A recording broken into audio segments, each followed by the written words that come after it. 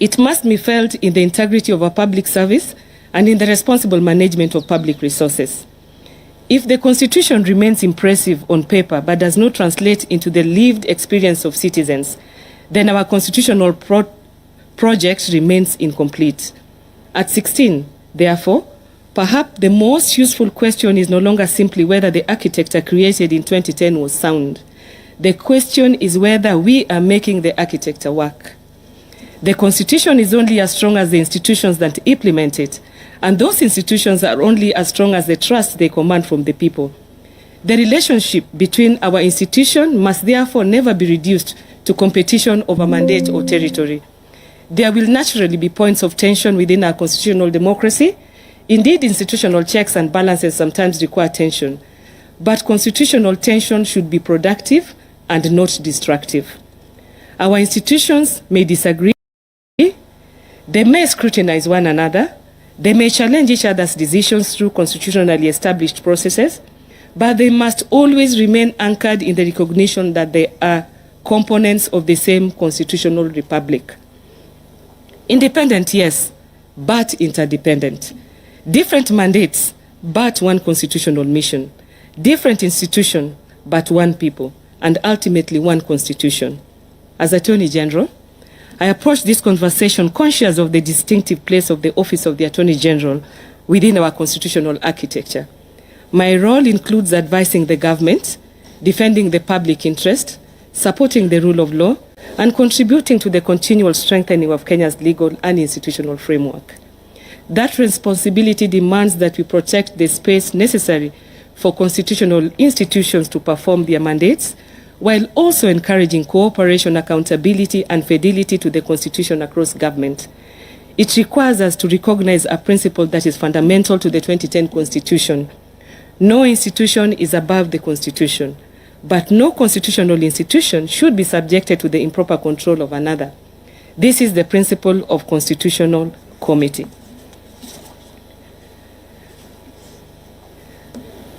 The session, therefore, provides an important opportunity for honest institutional reflection. We should celebrate what has worked over the 16 years, but we must also have the courage to identify where institutional practice has fallen short of constitutional expectation. Katiba 16 should not merely be an anniversary. It should be a checkpoint, a moment at which we ask, what have we built? What must we strengthen? What must we change? And what must we do differently over the next 16 years to ensure that the constitutional promise is more fully realized? This morning, we are privileged to hear from the institutions that occupy some of the most consequential spaces in this constitutional accountability and architecture. And as the Office of the Attorney General, I want to confirm that we have gotten the greatest cooperation and coordination with all the branches of government, all the independent offices, and all the constitutional offices under Chapter 15. We are honored this morning to have with us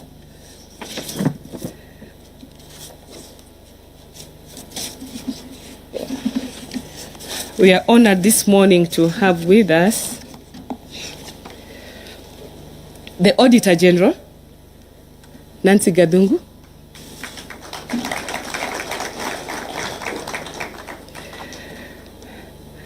Bishop Oginde of the Ethics and Anti-Corruption Commission, Charles Orinda, Commissioner on Administrative of Justice, Clarissa Woro Ganga of the Kenya National Commission on Human Rights, Sami Chepkwony, Salaries and Remuneration Commission,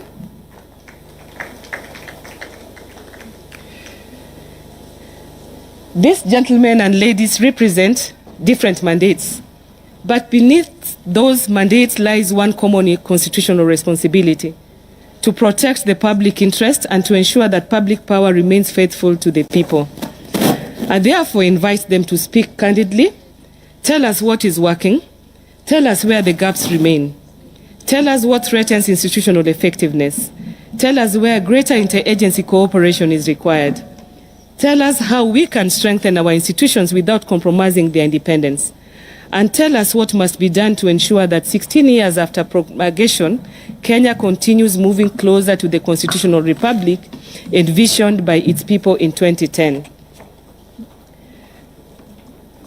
I would therefore invite the panelists to reflect candidly on the progress made over the last 16 years, the lessons learned that have emerged, the challenges that remain, and the opportunities for strengthening accountability and institutional effectiveness going forward.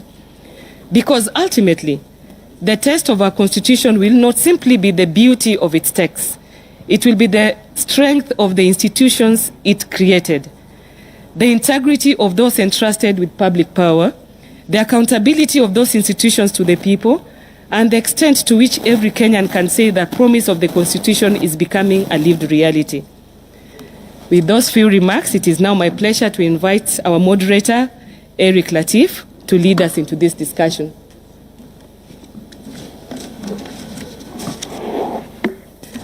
Thank you, and may God bless us all. Thank you.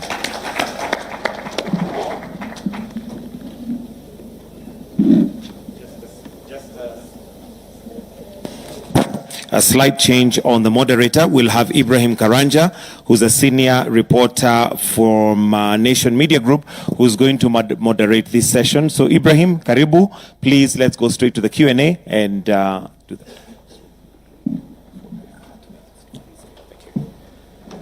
Thank you very much, Your Excellency, the President of the Republic of Kenya, Your Excellency, the Deputy President. Allow me to ride on the protocol that has already been established.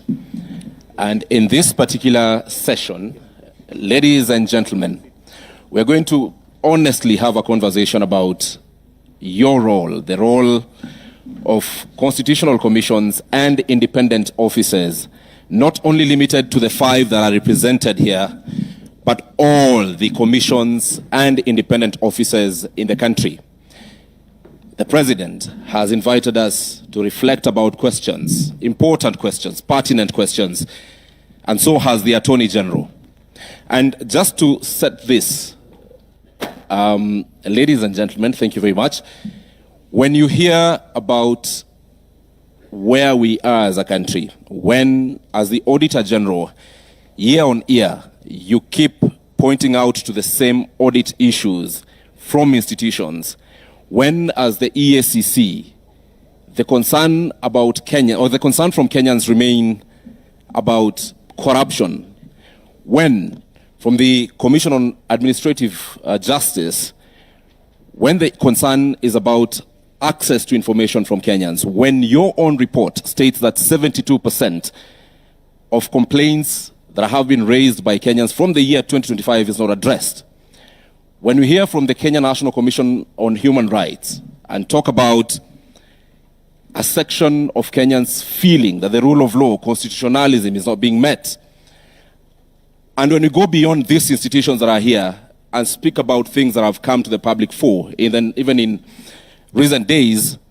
such as, Your Excellency, the issue about employment of teachers and serious allegations that have been made in public, then this Constitutional Commission and independent officers that are here have got questions to answer.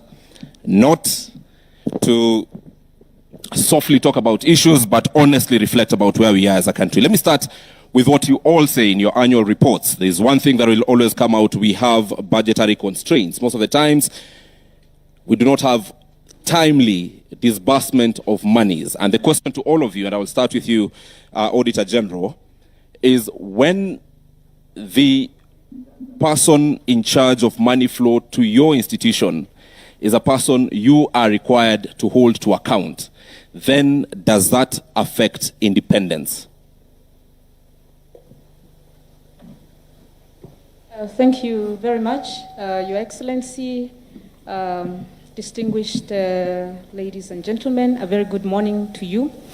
To answer that question, or series of questions, Moderator, it is important first to put into context the role and responsibilities of the Constitutional Commissions, which have been articulated very well by His Excellency the President and the Honorable the Attorney General.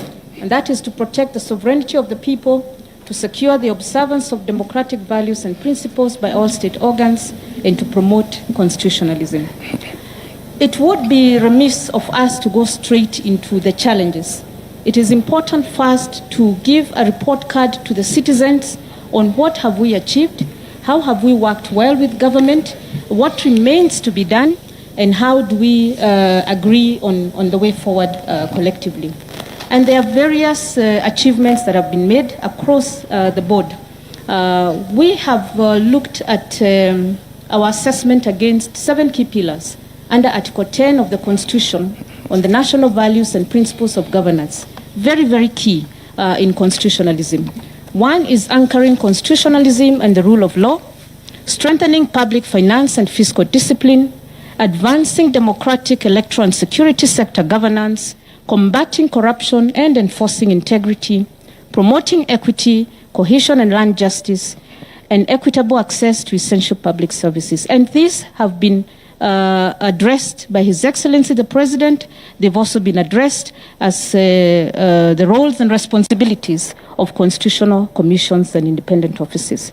And there are achievements that have been made in this country. And we must, of course, recognize that achievements have been made. 16 years down the line, we are not at the same place that we were 16 years in 2010 when Kenyans made the decision that we needed another roadmap in terms of constitutionalism. Now, to the questions you've asked, what affects us in terms of delivery? Despite the progress that we've made, despite the outcomes on citizens, because under those pillars, there are real felt outcomes on citizens. And citizens measure performance and productivity, because now we've moved from performance to productivity.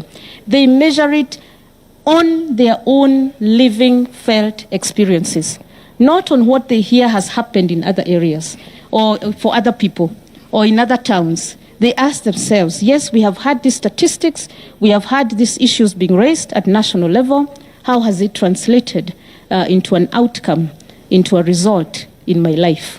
So we've seen issues when we raise audit reports in terms of improvements. We've seen changes in policies. We've seen amendments to laws. We've seen directives even from the National Treasury on accountability.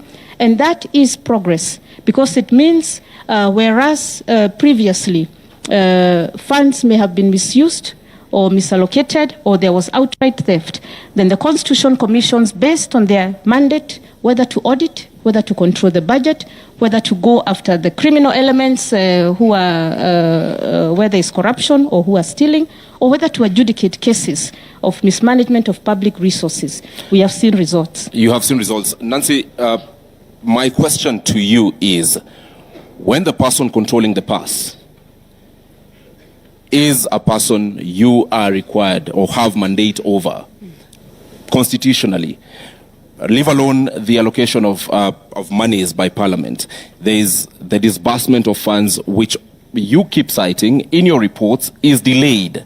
When this happens, how does it affect your independence? Indeed, that is one of the key issues that constitutional commissions are facing, lack of adequate resourcing. But for the Auditor General, the Constitution says that Parliament has the responsibility to allocate adequate funds for all constitutional commissions and independent offices under Article 249. But that's not always the case. And of course, we are alive to the fact that we are still growing as an economy, that we cannot always get the resources that we need, that cash flow is affected by revenue collections, and this affects entities across the board. All right. But we must ask ourselves, which entities need to actually do the work on the ground so that they provide the advice on how we can grow, have economic growth, Right. economic empowerment, and ensure that cash flows are predictable and the targets are met. Thank you. That is the Constitution Commissions. Bishop Oginde, and thank you, Nancy, because you're also speaking as the chairperson of the caucus of chairpersons of independent officers and holders of independent officers and constitution commissions. Bishop Oginde, the issue of corruption continues to frustrate many Kenyans. You give us reports every year that we've done so much. We have recovered this much asset. However, we are still talking about corruption. We are still seeing the Auditor General flag what are corrupt activities from various entities, what exactly needs to be done to finally, 16 years down the line, slay this dragon of corruption? Thank you very much. The Constitution provides different various safeguards against the use of public resources. I think the greatest and most important thing we need to do as a nation, in line with the Constitution that we have given to ourselves, is for all of us to appreciate that the resources that have been allocated and given sacrificially by Kenyans need to be used for the purposes for which it has been allocated. That when any of us takes any of that and uses it for their own private gain, it affects every individual. So there's a need for a change of mindset. All of us who have been given responsibilities in any public office, that office is held in trust for Kenyans. And the resources that come to us are not for us to use. Unless and until we have that change of mind, we will continue to talk about corruption. And I can say authoritatively, laws alone will not give us the results that we are looking for. It will take our personal responsibility as individuals in every office where we find ourselves to recognize that the money that I have is not for me to use for myself. It is for the public good. When that is done, then our work will be more of a monitor. You know, a few people who may be making noise in class, we will try and help them not to make that noise. But when that responsibility is not there, then we'll continue chasing each other around the compound. We always talk about the ideal situation, Bishop Oginde. Today, it's 16 years after the 2010 Constitution. Let us be real. Yes. Let me ask you a very uncomfortable question. Yes. Which category of leaders do you find easy as EACC to investigate, and which category of leaders do you find very difficult to investigate?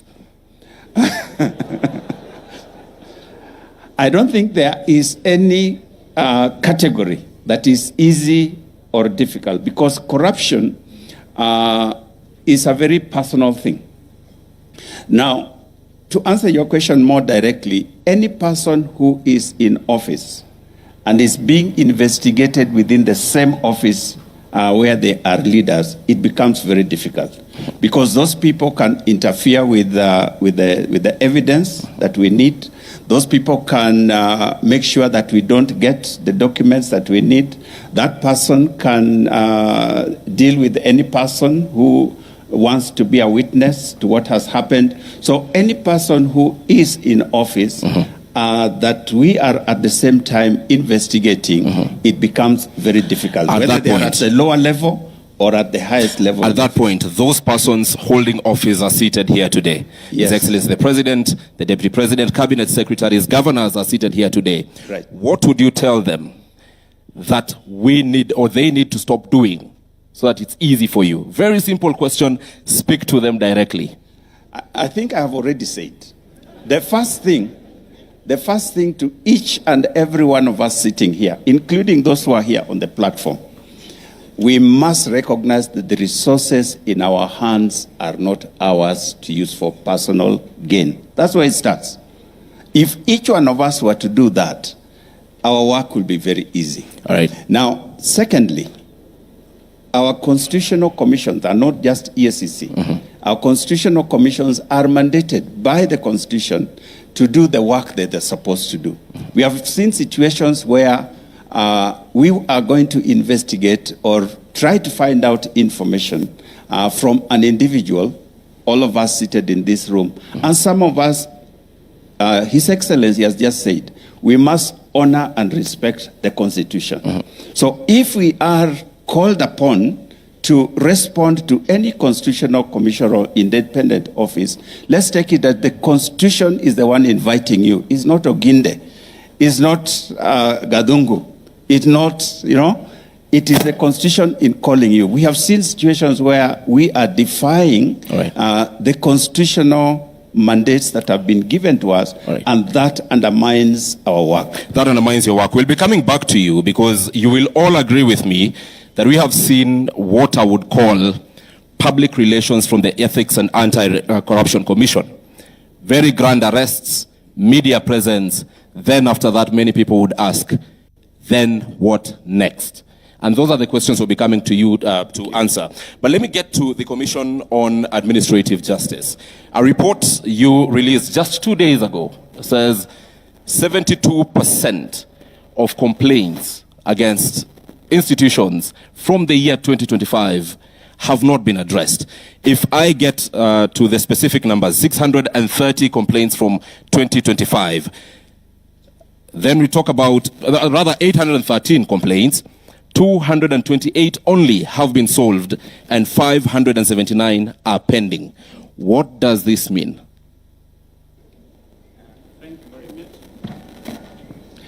Thank you very much for that question. I think before I answer your question, perhaps what we need to do is to ask the people who we try to ask these questions whether they really understand, one, what our mandates are.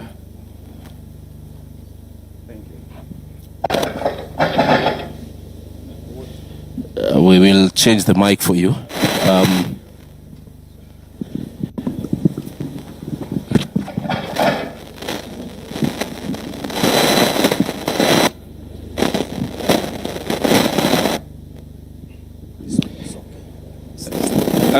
Yes, as I was saying, whether the people that we really are supposed to make accountable understands what it is that they are supposed to do. A simple question like that is that, do the people sitting in front of us here understand Article 73 of the Constitution, which talks about public trust? Here is it. I deal mainly with government officials, and there are certain things that are there in these constitutions called public values of public service, and this is captured in Article 232. Accountability, responsiveness, prompt and effective service provision to the people of Kenya. When we write to ask for this information, they will tell you that we are paper pushers. They don't respond in time, and that explains why those complaints remain unresolved. So what have we done? I've been able to engage with the various MDAs. This week, I've been meeting the principal secretaries and MDAs that we had identified has many complaints not being resolved. And we realized that part of the reason is that they don't have a way of understanding when we write a letter to them, what does that mean? So we have been meeting at the Safari Park from the chief, the principal secretaries, the head of parastatals, the DGs, the chairperson, so that we explain to them why it is important when we ask the things that we ask. It means that there's a Kenyan somewhere needing the answers. Another thing is that there's the issue of government operating in silos. We all need to be able to respond to that question quickly, but you find that if you address, say, the pensions department, they will tell you, we have not gotten the information from TAC because maybe that's a delayed pension, or we have not gotten the information from Department X. Now, they don't have a referral mechanism where if you make an inquiry and somebody sitting there should be able to refer to the relevant department to be able to act on it. And so this is why we are starting by training them, and we want to start at the top level. Very soon we are going to ask the permanent secretaries, the heads of various parastatals to come down so that we take them through what it means to resolve a complaint within the time that we require. Secondly, we also want to have a coordinating mechanism where if the question is cross-cutting, for example, most of the time you'll get the issue of resources. Treasury should be at the center of all these discussions, because if pension has not been paid, these people will say we have not received exchequer. If National Land Commission has acquired land, they will tell you that the money has not been given to, say, Ministry of Roads to pay. And that person, that Kenyan, has come to us to complain that his land was acquired when we were building Thika Road. How many years was Thika Road built? More than 10 years ago.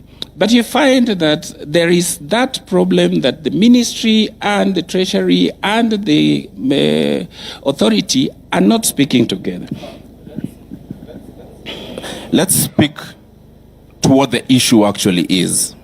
Again, lots of ideal situation, but the reality today. 579 complaints brought to your office for the year 2025 have not been addressed.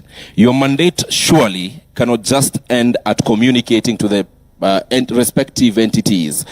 What happens to these 579 cases today? We are almost starting September of 2026.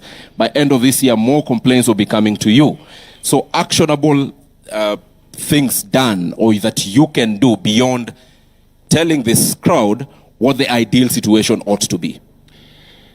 Well, as I said, we have decided to engage the people concerned to tell them that this is what you need to do when you receive the the matter. Some of the things are actually just bureaucratic red tapes, which we need to cut down. So what we want is that a person resolving the complaint should be sitting in those ministries and be reporting. All right. Yeah. All right. Let's move to another issue that still touches on you: an increase in requests for access to information. 2016, 2017, 32 requests. 2025, 2026, 654 requests. What does this speak to? What does it say of the institutions that are mandated to serve? Well, the request for information is a new area which is growing, and we like it because it enhances public accountability. Unfortunately, people still again don't understand that when you request the information, you should not come to CAJ as the first point of call. You're supposed to send your request to that information, to the person holding the information. You're supposed to wait for 21 days. CAJ's jurisdiction kicks in after 21 days if you have not received the response. Now, when that happens, you now come to us and say, we requested this information and it's not been provided. And we will look at the information that you request. But first of all, not every information can be given. And so we'll look at it according to the law and see whether it falls under Section 6 of the Act, which are exempted. If it is information that should be given, then we will ask the institution why they are not giving that information, and that they should be able to provide that information. All right. Yes. Clarice, where are we 16 years later in terms of human rights and the rule of law? Let's speak to human rights. Let's speak about the very basic right to life. Thank you. Thank you very much for that question.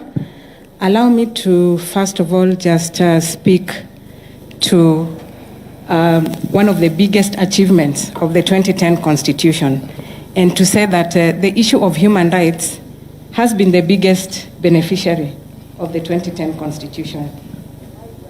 Why do I say that?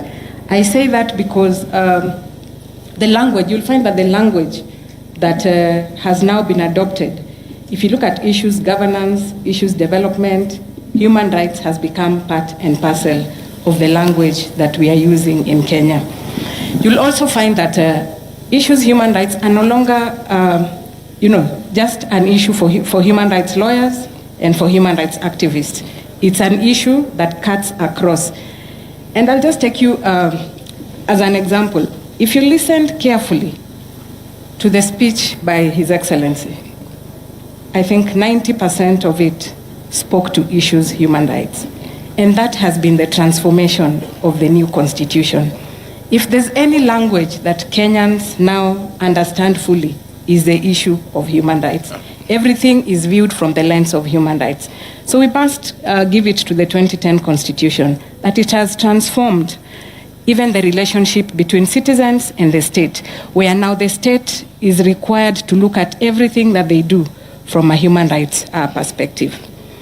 Now, on to your question about the issues around right to life. You'll find that that's one of the rights that has been protected by the 2010 Constitution and provides that everyone has the right to life. And the right to life is not just about health issues, but it's also about who has the right to take away a life. And that's one of the issues that I think we've been grappling with here in Kenya. And I think it was acknowledged in the previous speeches that has been given, that sometimes life has been taken extrajudicially when it was not, it was not legally taken away. So it's one of the biggest challenges that the Kenya National Commission continues to record. And unfortunately, the complaints that the Commission receives on this particular right has to do with complaints against the government taking away life, illegally. And that's one of the rights that is really protected by the Constitution, and that as a country, we must ensure that we deal with that particular right, because the right to life is really fundamental. That once a life, as was stated by the President, once it's taken away, it's taken. You cannot bring it back. And yet, as a country, as a government, we are working towards improving the lives of citizens. It is true that the right to life is the most important, I must say.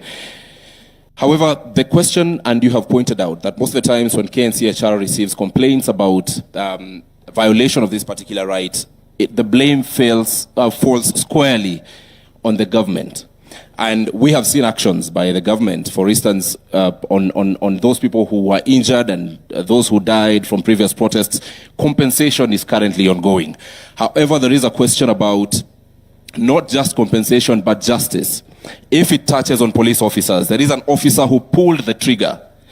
When families, when civil societies are following up on these issues, the investigative agencies, such as IPOA, would say, there are no people here who have recorded statements and such responses as you've had.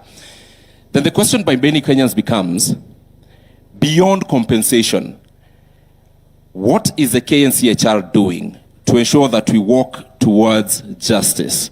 Because the many killings that we've seen, a very negligible number is currently being prosecuted in court. Very many people are free out there. So what is the KNCHR doing?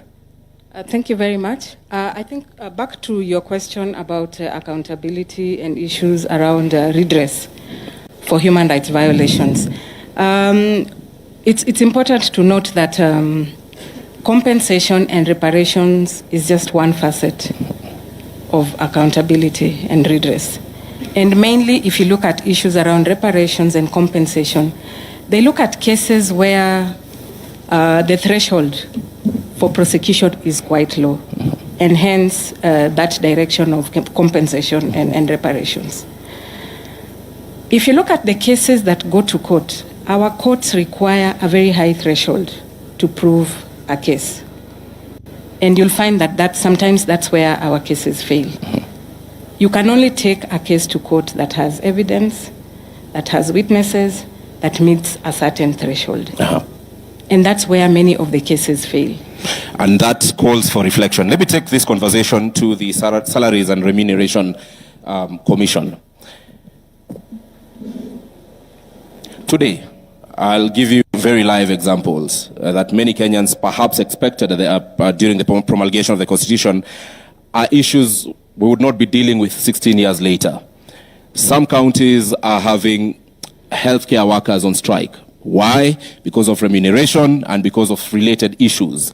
These are issues that many Kenyans thought, with the establishment of the Salaries and Remuneration Commission, which advises on remuneration for public officers and actually sets remuneration for state officers, you would see this happening.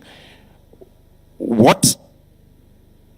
is the gap between the governments, be it the national government or the 47 county governments, in terms of implementing what you as SRC is recommending in terms of salaries, so that we do not see the very many industrial actions that we are seeing in the country?